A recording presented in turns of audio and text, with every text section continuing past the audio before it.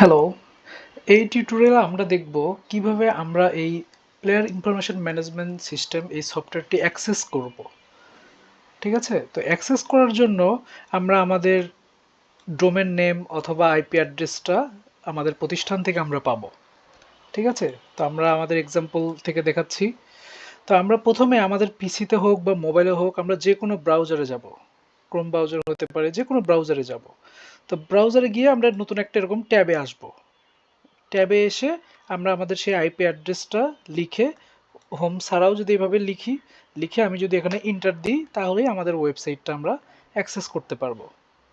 ঠিক আছে, এখানে খেয়াল রাখতে হবে যে আমি ট্যাবে না দিয়ে আমি এখানে সার্চ করলে কিন্তু পাবো না। মোবাইলের ক্ষেত্রেও আমি এই উপরের ট্যাবে না দিয়ে এখানে যদি আইপি অ্যাড্রেস না দিয়ে আমি যদি এখানে আইপি অ্যাড্রেস দিই তাহলে কিন্তু আমরা পাবো না। ঠিক আছে, তো ওটাই অবশ্যই খেয়াল রাখতে হবে। কম্পিউটারে হলে এখানে আইপি অ্যাড্রেসটা পেস্ট করে তারপরে ইন্টার দিতে হবে। হ্যাঁ, ইন্টার দিলে ওয়েবসাইটটা আমরা অ্যাক্সেস করতে পারবো। সেম মোবাইলেও।